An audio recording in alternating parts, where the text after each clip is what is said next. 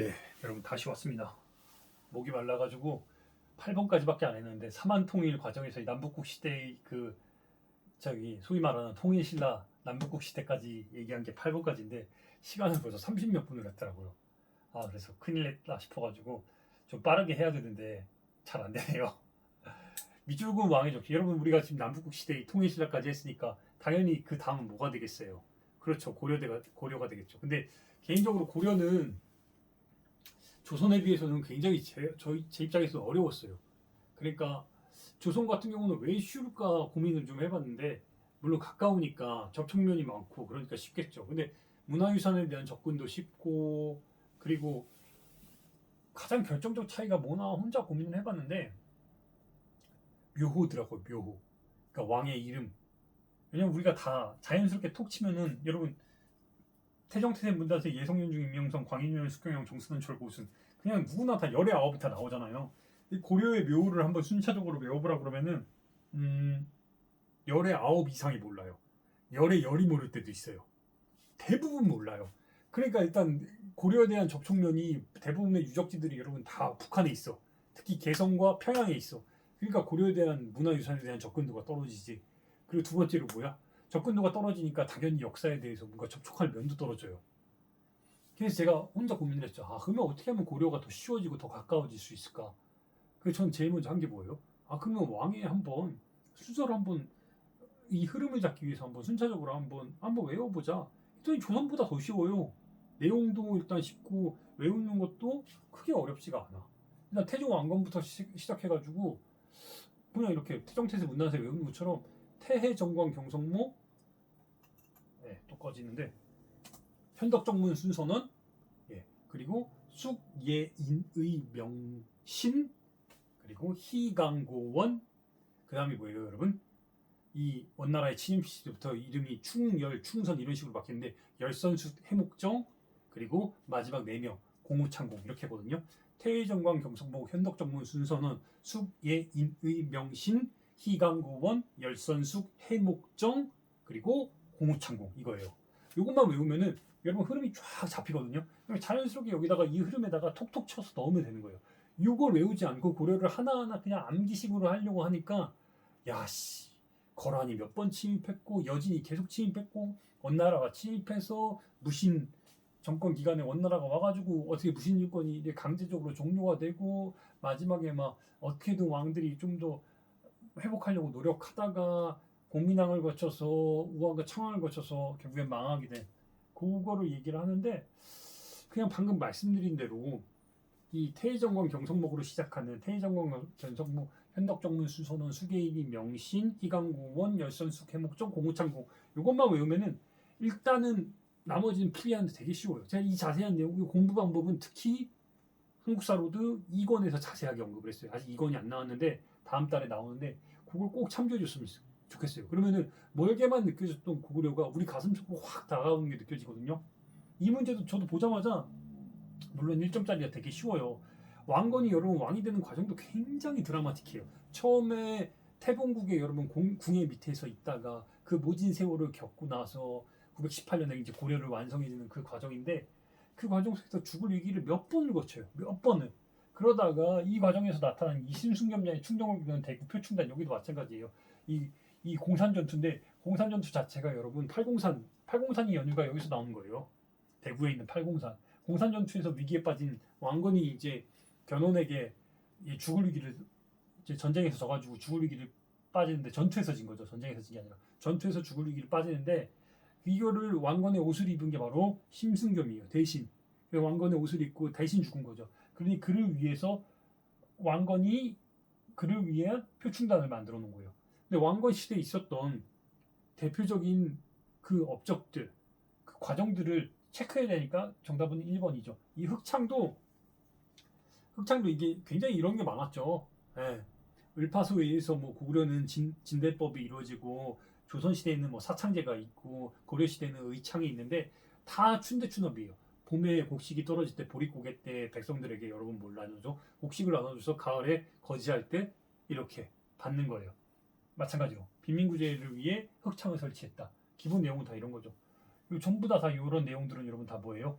다 고려시대 이야기인데, 방금 말씀드렸듯 요 순서 태해정강으로 시작되는 요 순서로 하나 해가지고 톡톡톡 쳐놓으면은 뭐 12목에 있었던 지방간 파견, 뭐 성종의 이야기, 개경의 나성 축조, 관흥 이건 뭐 인종의 이야기, 쌍기군 광종의 이야기 이런 것들이 자연스럽게 이런 것들이 이렇게 해서 왜 왕들이 왕권 강화를 위해서 이런 정책들을 하나하나 펼쳐 나갔는지를 자연스럽게 너무너무 자연스럽게 그냥 머릿속에 탁 들어와요. 굳이 외우지 않으려고 해도. 특히 한국사로도 2권에 보면은 제가 유적지를 답사를 1권과 3권에 비해서 잘 못했어요. 솔직히 고려 시대니까 북한에 있으니까. 그래서 공부하자는 마음으로 이런 방법들을 하나하나 연구해서 한 게 바로 한국사로도 2권이거든요. 이것도 그 과정 속에서 나온 거예요. 이 공부 방법이. 그러니까 2권도 한번 참고를 해주시고 고려 시대는 오히려 전 고려 시대 문제들이 나오면은 되게 반가워. 왜? 쉬우니까. 여기도 처음에 왕건 이야기가 나오고 여기 갑자기 발해 이야기가 나오네요.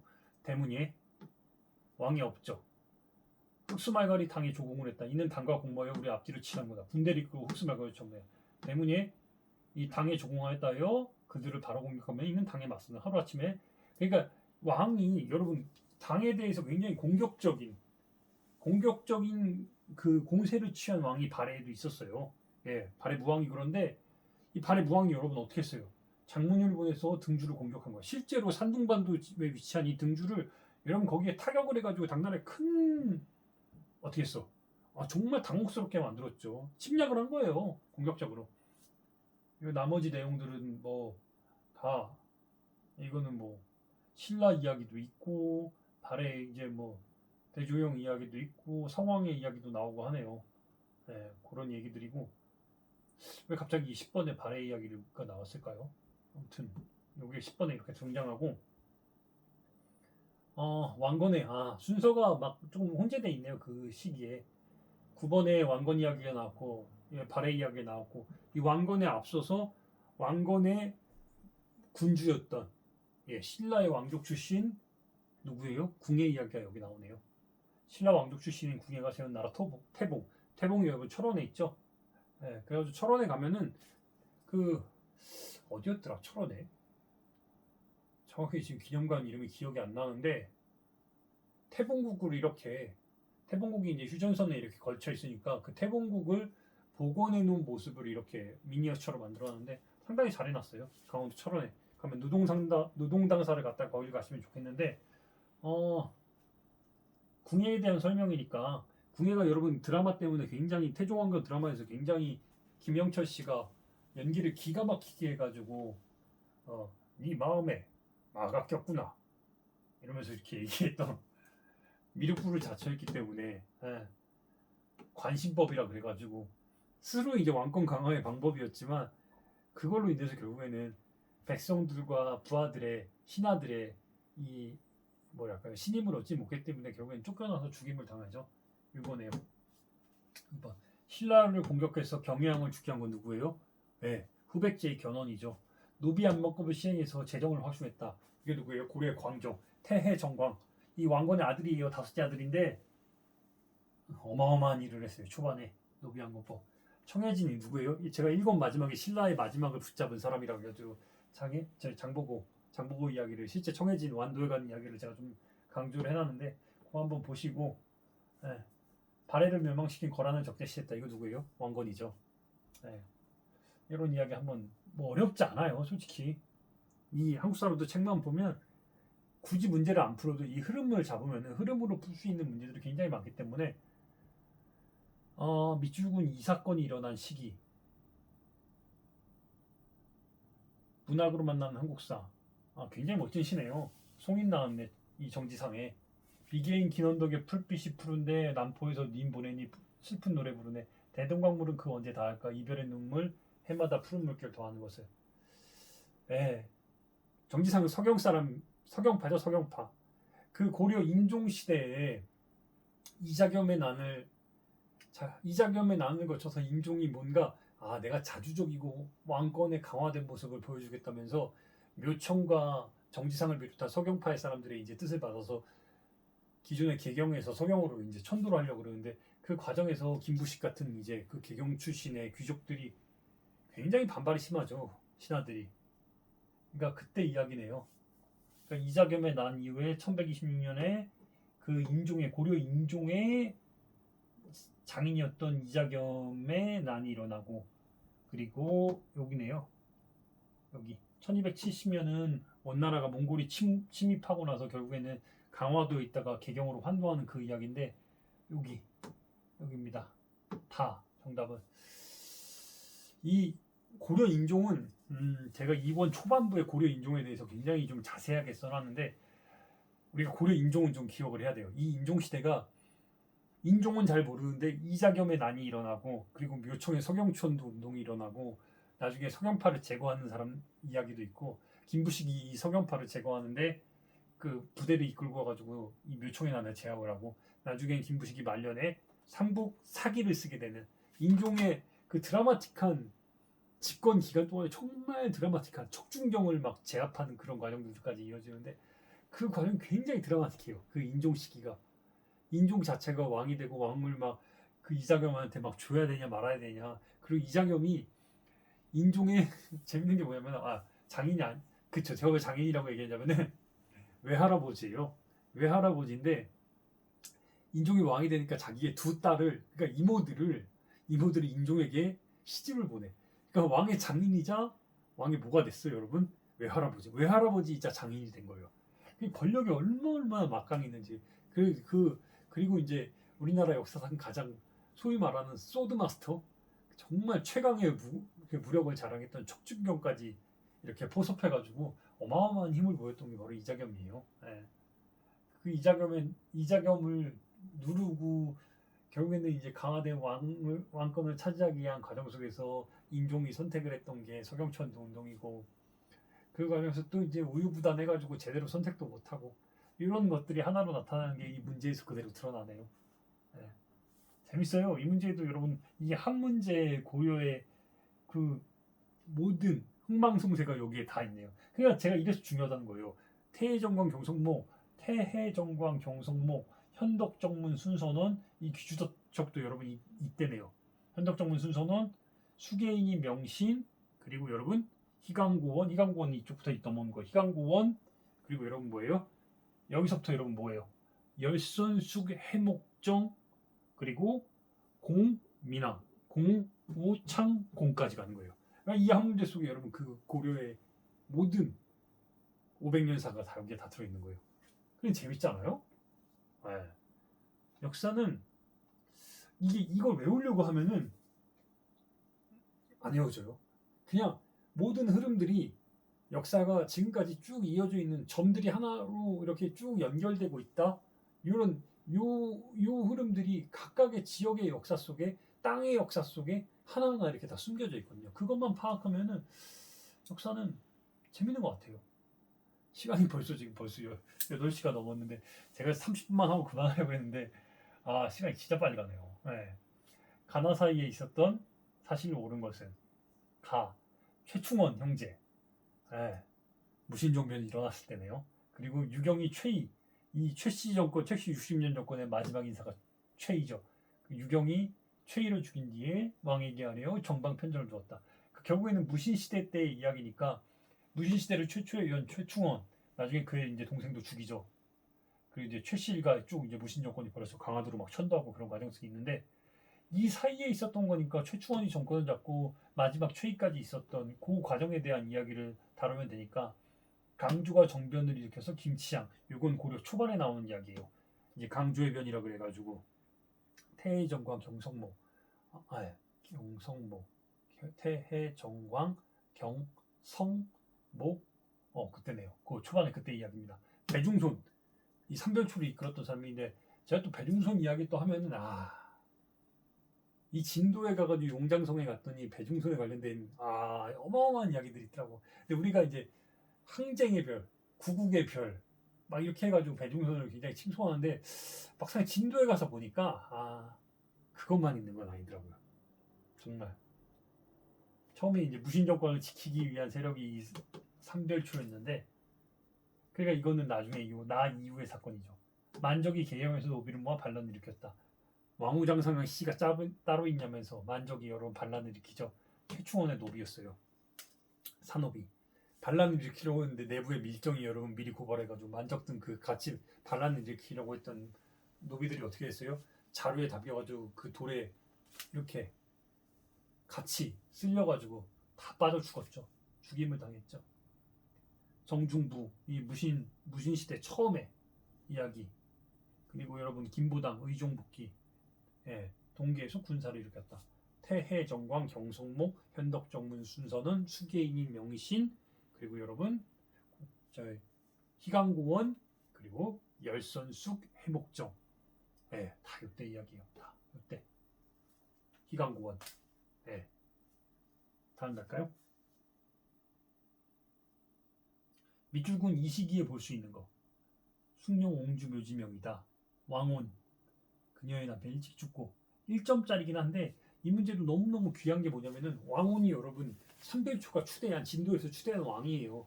이 고려 정부가 몽골에 항복해서 개경으로 환도를 결정했더니 이 삼별초가 강화도에서 항쟁을 하다가 진도로 내려가고 자기의 제주도와 오키나와까지 가였다는 설이 있는데 그러니까 실제로는 이제 왕온이 죽고 나서 왕온의 묘가 이제 진도에 있는데 왕온이 죽고 나서 남은 여성들이 원나라 시기에 공녀로 끌려가는 거죠. 그러니 뭐가 되겠어요?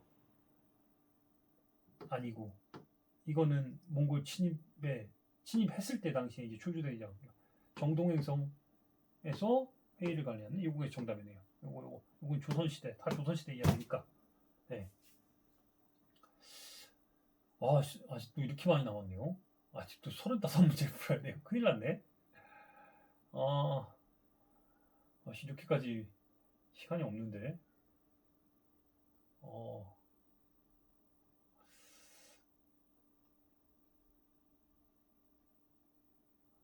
이렇게까지 오래 걸린단 말이에요.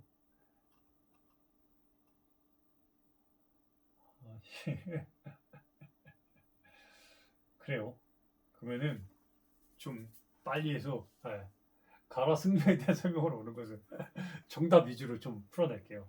어쨌든 끝까지 하기로 했으니까 가는 화엄 사상의 요지를 정리한 화엄 1승 법계도를 저술했다. 또한 부석사를 비롯해 여러 사원을 입하고 현세 고난구제는 관음신앙. 여러분 아까 제가 뭐랬어요? 나무 아미타불 관세음보살 불교의 대중화 이 관세음보살만 외치면은 내세에 여러분 행복할 수 있다. 관음신앙 이 누구예요? 같이 당나라로 원유랑 같이 유학 가려고 했던 사람 의상이죠. 여러분 의상이 세운 그 부석사 제가 545곳에 이 책을 쓰려고 거의 600곳에 가까운 곳을 전국에 있는 문화 유적지를 돌아다녔는데 그 중에 세 손가락 안에 들어가는 게 바로 영주 부석사예요. 내가 진짜 영주 부석사가 아름답다는 걸 들었는데 평일에 비 오는 날 오후에 해질 무렵에 가면 그 천왕문을 넘어서는 순간 영주 부석사는 와 이곳이야말로 극락정토구나 이런 느낌이 들어요. 산세가 일단 그냥 진짜 완벽한 아름다움, 조화로움, 정말 그 창틀, 극락전에 있는 그 창틀까지 대웅전과 극락전으로 이렇게 그 있는 다람까지도 아름다워. 너무너무 아름다워요. 그러니 이제 의상에 관련된 이야기인데 이거는 문종의 아들, 고려시대 문종의 아들, 대각부사 의천의 아들 이야기네요. 그래서 정답은 유브리치슬 이거는 대각부사 의천이 왕권 강화를 위해서 불교경전에 대한 주석서를 모아 교장을 편찬했다. 이 왜 왕의 아들인 대각부사 의천이 왜 여러분 이런 교장을 왜 편찬했고 왜 천태종을 창시했는지 여러분 이게 다 뭐예요? 일종의 왕권 강화의 과정 속에서 그 왕가의 지원을 받아가지고 모든 게 이루어진 거예요. 그러니까 이거죠. 이 불교 경전에 대한 주석서를 모아 교장을 편찬하는 거 어마어마한 대사업이에요. 국가적인 사업이에요. 이걸 어떻게 할 수 있었냐? 왕권의 지원이 있었으니까 가능했던 거죠. 이겁니다. 16번 이규보 예성광 국제상화 이규보 예성광 병난도 고려저 고려니 여러분 1번이에요. 송상 조선시대의 송성 개경상인들인 거죠. 활구라 불리는 은병 이거 완전 이거 시험 그냥 갖다 거저주는 문제죠. 활구 은병 실제 한반도 모형에 여러분 고려 숙종이 이 활구라는 은병을 주주해가지고 여러분 이 숙종이 바로 이제 그 고려의 수양대군 고려의 세조라 불리는 사람인데 왜 자기의 조카 여기 다시 한번 얘기해요. 태해정광 경성문 현덕정문 순선원 순선헌 숙예죠. 그러니까 앞에 헌종을 자기의 조카를 치고 왕위를 이어받은 게 누구야? 숙종이에요. 그 숙종 시대에 여러분 대표 왕위를 그래가지고 그래봐야 10년밖에 못했어. 40살 넘어서 이제 왕위에 올랐는데 근데 그 10년 동안 얼마나 왕위 하고 싶었으면은 그 10년 동안 정말 뭐 세조도 마찬가지지만 많은 업적을 남겨요. 그 대표적인 게 여러분 뭐예요? 은병, 활병 그리고 뭐 해동통보라는 동전도 제가 만들고 그리고 이제 고려를 안정시키기 위한 역할을 많이 한 게 바로 고려 숙종이죠. 그 당시 이야기 경제니까 요거네요. 다 여러분 다 조선시대 이야기. 가에 대한 고려, 김윤우 충주선언 방어별감, 가의 군대, 몽골 원나라가 여러분 김윤우가 고려의 진짜 원탑 장군이. 원래 김윤우와 관련된 이야기가 제가 2권의 주인공이 김윤우예요. 정말 대단한 우리가 승장 출신인데 김윤우와 관련된 유적지가 두 곳이 있어요.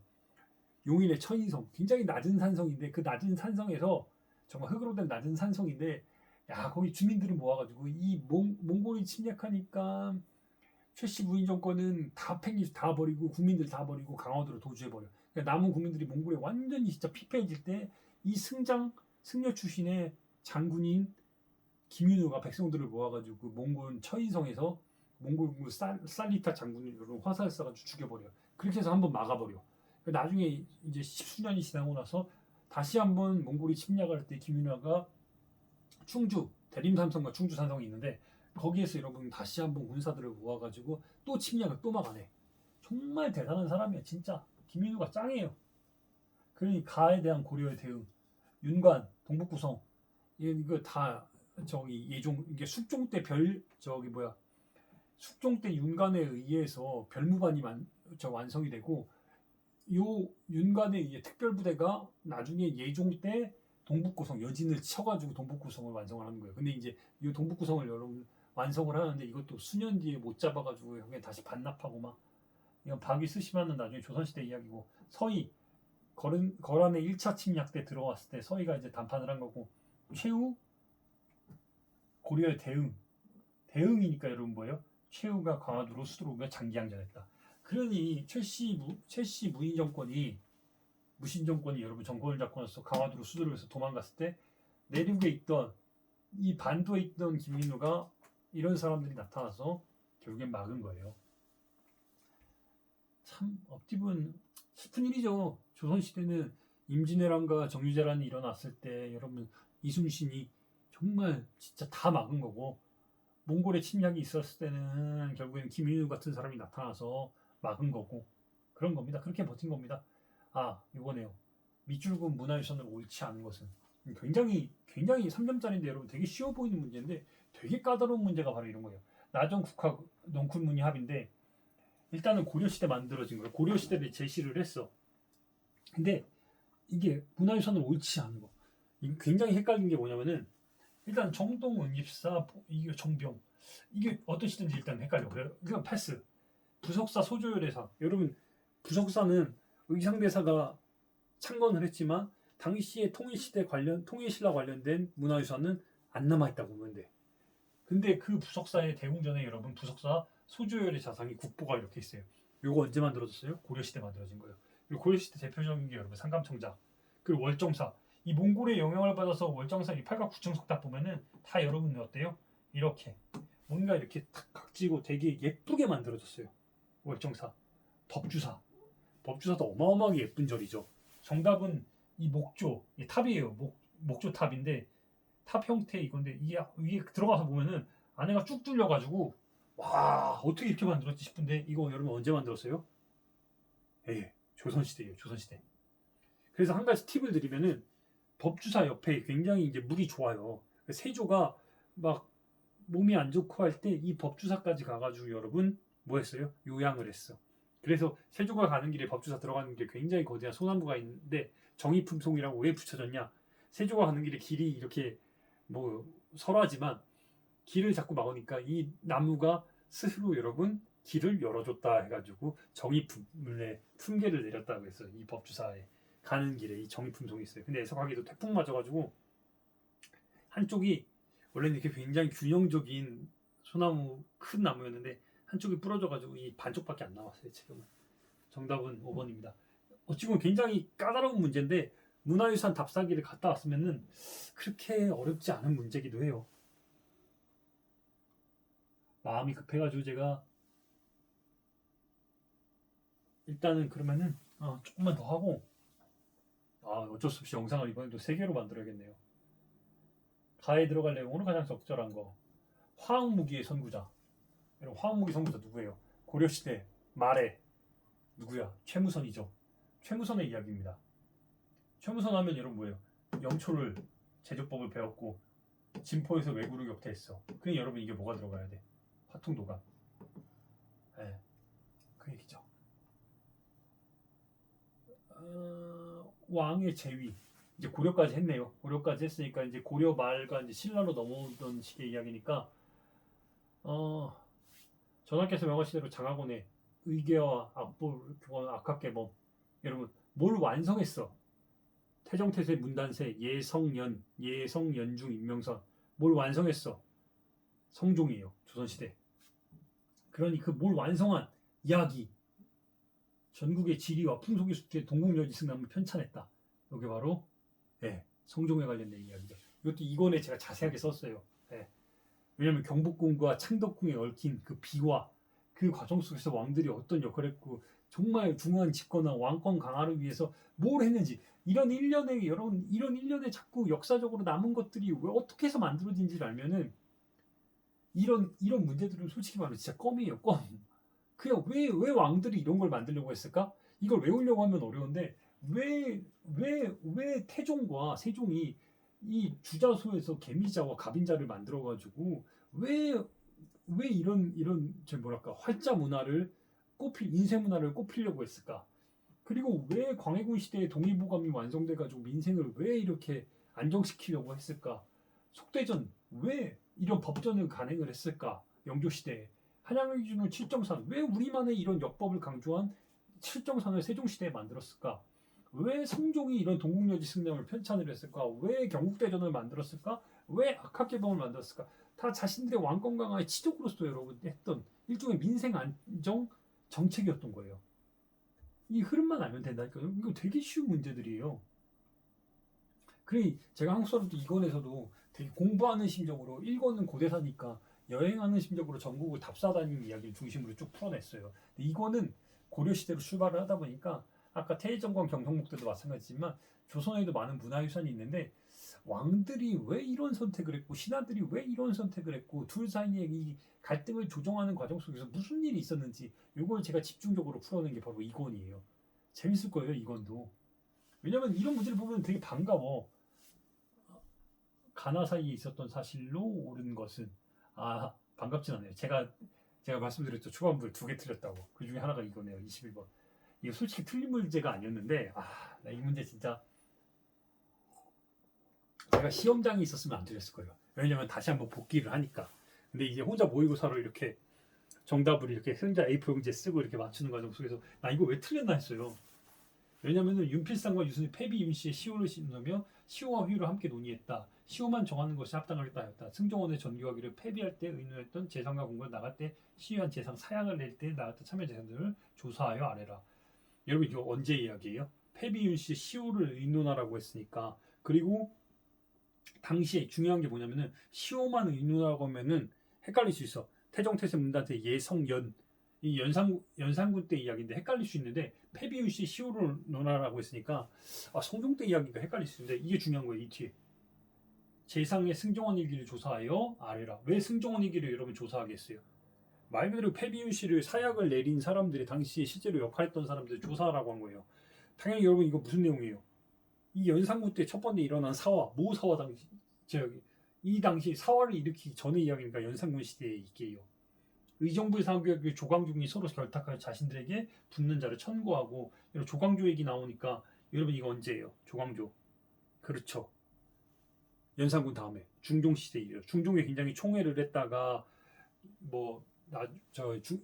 조광조가 살인의 거두로서 자꾸 막 훈구파를 막 내치라고 하니까 그 갈등을 못 이겨서 조광조를 내쳐버려가지고 그러니까 연산군 시대 이야기와 조광조 이제 중종 시대 이야기니까 그 사이에 있었던 거를 하니까 제 입장에서는 저는 뭐가 됐어요. 당연히 연산군 시대 이야기 들어가고 그냥 자연스럽게 편단했어요. 별로 크게 고민 안 하고. 그냥 쭉 정답을 보다가 뭐 다 제대로 읽지도 않았어. 뭐 단중, 성상문, 외척간의 유님, 이괄의 난, 이거 저 인조 시대 때 이야기네요.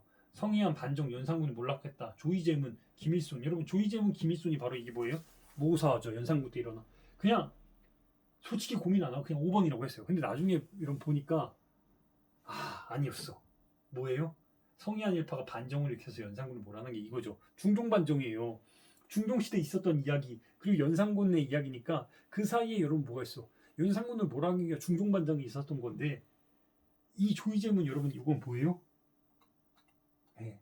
요 전에 있었던 연산군 초반에 있었던 이야기인데 요거를 제가 놓쳤던 거예요. 요거를 얼마나 얼마나 요거 나중에 보고서 소위 말해서 좀 왜 이런 걸 틀렸을까 하는 생각이 들었는데 아무튼 이것도 그래서 결국에는 자세히 봐야 돼요. 자세히 복귀하면서 하나하나의 흐름을 따져가면서 이거 나중에 뭐 단종과 그 세조시대 이야기고 이건 외척간의 유님 명종시대 이야기죠.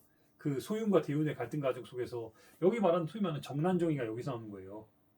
네, 그거 이야기고 그리고 이괄의 난 인조 요게 다 둘 다 이제 연산군 시대 이야기라 헷갈렸어요. 근데 연산군이 이 시기상 이 문제 속에서는 중종반정이니까 4번이 맞죠.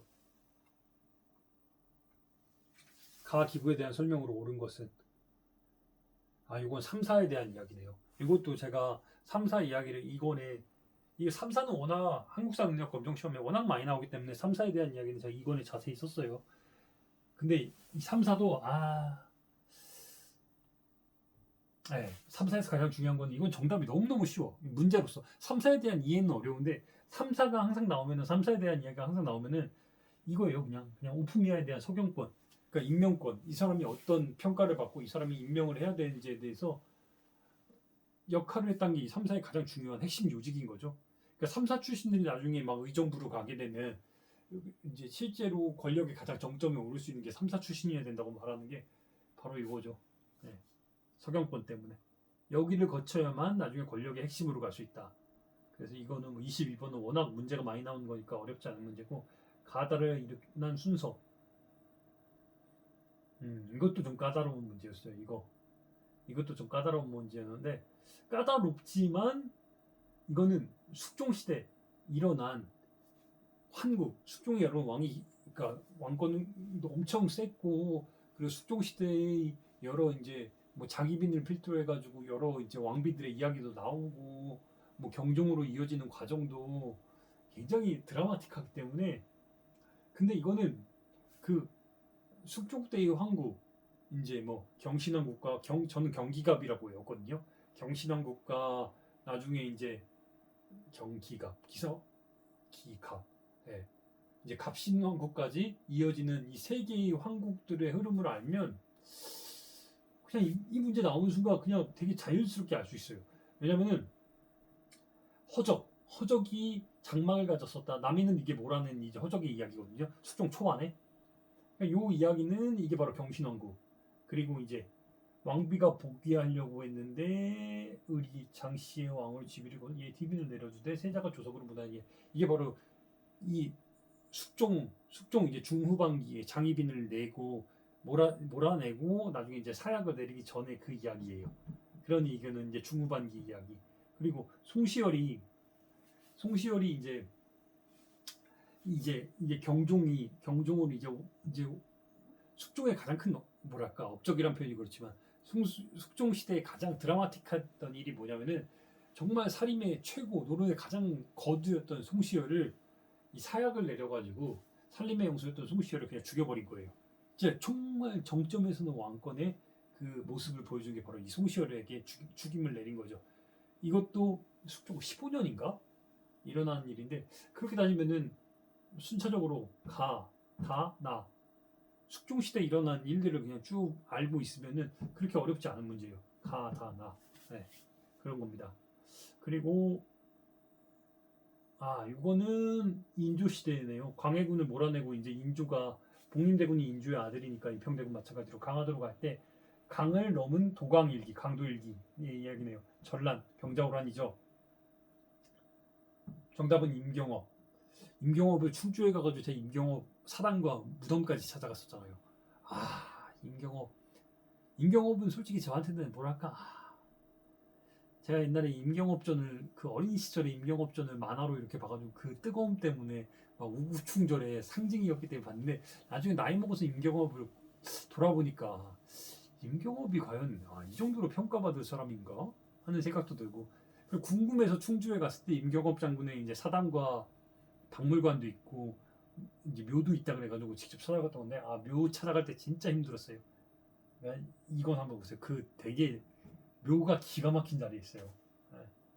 그래서 이거는 이 얘기고, 뭐 강홍립 관련된 건 광해군 시절의 이야기인데, 이게 바로 명청 교체기에 이제 광해군이 중립외교를 표방하면서 강홍립에게 이제 그 명청의 분위기를 봐서 청나라에 항복하라고 해서 나중에 사르우 전투까지 가는 건데, 이 사르우 전투가 명청 교체기에 가장 결정적으로 청나라가 명나라를 격파하는 게 바로 이 사르우 전투예요.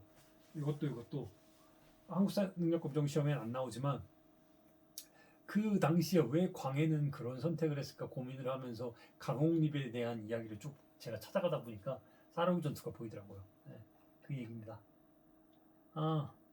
거상 임상옥, 조선, 네, 중후반이네요. 만상, 의주 만상, 임상옥, 인삼을 태워가지고 그 홍삼값, 인삼값을 후려치려는, 예, 북경의 상인들에게, 예, 한방 매긴 그 이야기죠. 조선 후기의 이야기니까 사만통보와 해동포는 고려 숙종의 이야기고, 이거 솔빈부의 말은 여러분 어디예요? 발해의 이야기고, 초량외관, 예, 이건 어디예요? 바로 조선 후기 이거네요. 정답. 당항성, 영암, 국제무역, 이거 여러분 사만통일 이후에, 예, 바로 신라시대 이야기죠. 그러니 여러분, 또 이제 당항성을 차지하려고 했던 그 신라가 막 중국과 교역을 하려고 막 당항성 차지하려고 어마어마하게 힘을 쏟아부은 게 당항성에 가면 느껴져요. 당항성에 딱 올라가는 순간, 여기 화성이거든요. 경기도 화성. 근데 도대체 여기서 어떻게 왜 여기를 차지하려고 싶은데, 당항성에 올라가는 순간 서해 바다가 쭉 펼쳐져 있어. 멀리 그게 싹 보여. 이래서 차지하려고 한 거구나. 그게 보여요. 왕이 추진한 정책 서우천. 여러분, 서우천 어디예요? 서우천은 몰라도 수원, 화성, 장용영, 현릉원. 현룡원 하면 여러분 누구의 무덤에 정조의 무덤과 사도세자의 무덤이 같이 있어요. 그 얘기는 이게 정조의 이야기죠.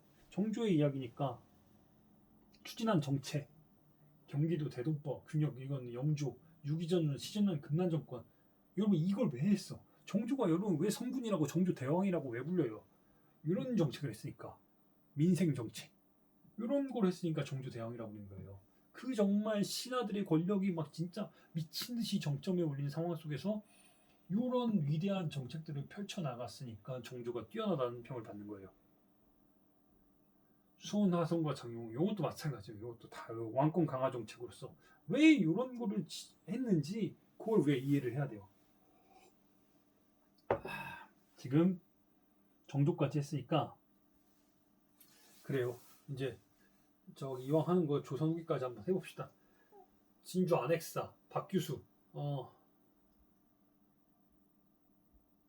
여러분 박규수가 나와서 이거 박규수가 하교하기를 억울하게 처벌받는 걸 없애야 된다고 얘기하고, 여러분 이게 뭐예요? 이게 바로 삼정의 문란을 없애는 거예요. 이 바로 이제 안동 세도 정권기에 있었던 삼정 이정치를 설치해가지고 어떻게든 좀 잡고 싶었어. 근데 이미 위에까지 다 썩었는데 잡혀요? 이건 다 실패하죠. 이게 조선이 망하게 되는, 어찌 보면은 이런 그 내부적인 내부적인 원인들이 다 이때부터 다 이렇게 망화가 있었던 거예요. 물론 조선이 망하게 된 여러분 직접적인 계기와 그런 건 다 뭐예요? 일제가 침략했을 거예요. 일제가 직접적인 침략을 해가지고 거기에 내부에 친일파들이 생겨나고 거기에 동조하는 세력도 생겨나고, 결국에는 일제가 하나하나 조선을 먹어가는 과정 속에서 있었으니까 대한제국이 망하고, 일제 강점 36년 만으로 35년의 그 과정들이 이루어지는 거죠. 물론 대한민국 임시정부가 1919년에 만들어져서 상하이에서 대한민국이라는 나라가 건설이 되는 거기도 합니다. 아무튼 이것도 좀 까다로울 수 있는 문제인데, 이 점도 아니구나. 이건 뭐 그렇게 어려운 문제는 아니에요. 단원, 김홍도 그림을 딱 봐도, 근데 이게 왜 어렵다고 할 수 있냐면은, 김홍도는 알아요. 이 작품은 근데 김홍도의 이 추성부도가 기존의 김홍도의 이런 타작도나 씨름도나 이런 거랑 좀 차이가 나기 때문에 그래. 그림의 스타일이 지금 그림만 요거에 대한 이야기 없이 그 비슷한 스타일의 그림을 찾으라고 하면은 제가 볼 때 요거 추사의 그림을 찾을 세안 정도를 찾을 가능성이 되게 높아요. 예, 신윤복의 이야기. 그러니까 뭐 이건 정선의 그림들. 어찌 보면 까다롭지는 않은데 단원이니까 단원이라는 걸 아니까 이 혜원 신윤복 그림 스타일이 혜원이나 다원이나 비슷하긴 한데 아무튼 네. 하여튼 그래서 그림도 많이 봐야 된다는 거예요. 아 그리고 이게 나오네요.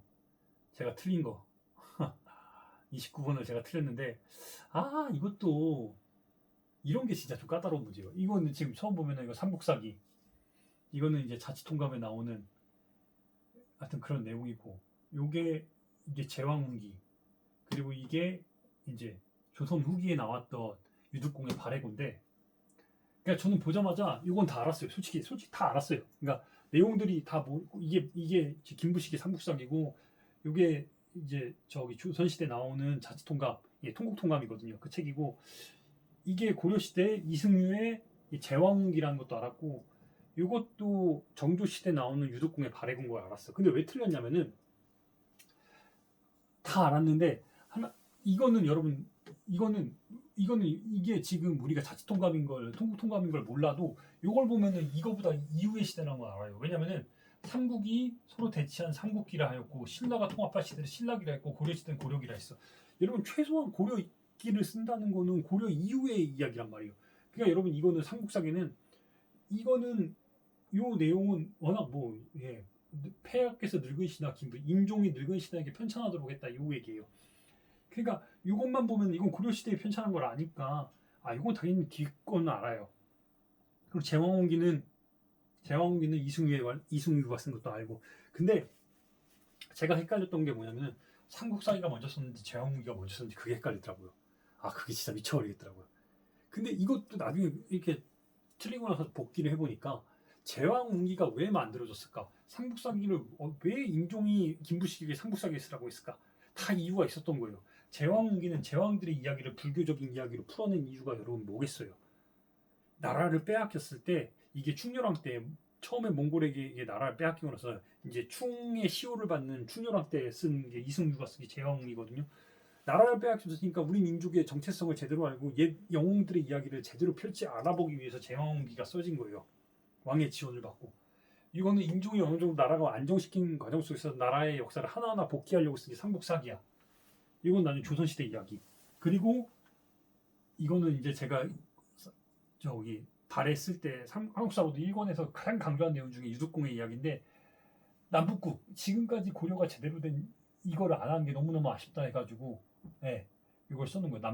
남북국이란 용어를 유득공이 정조시대 때 처음 쓰고 나서 지금까지 이제 이어져 온 거예요. 그 전까지는 남북국이란 용어를 쓰지 않았고 그겁니다. 그러니까 요걸 순서대로 하면은 가, 다, 나, 라가 되는 거죠. 가, 다, 나라. 저는 여러분 뭘 틀렸어? 네, 헷갈려가지고 아무튼 이거 틀렸습니다. 29번. 가라 역사에 대한 설명으로 옳은 것은 가 유교사가 기전체 그쵸 삼국사기가 기전체죠. 사초와 정기 실록청 여러분 이건 아니에요. 실록청은 여러분 조선왕조 실록이에요. 불교사를 민간서로 수록했다. 제왕홍기가 그렇죠. 역사 편년체로 정리했다. 아니에요. 여러분 저 유득공은 고조선부가 고려 역사를 정리한 게 아니라 바라이사를 정리했죠. 정답은 뭐예요? 기억 디귿이니까 2번. 아 오케이 31번부터 50번까지는 조금만 쉬었다가 네, 이거는 제 근현대사 흥선 이후에 1863년 이후의 역사니까 좀 쉬었다 하겠습니다.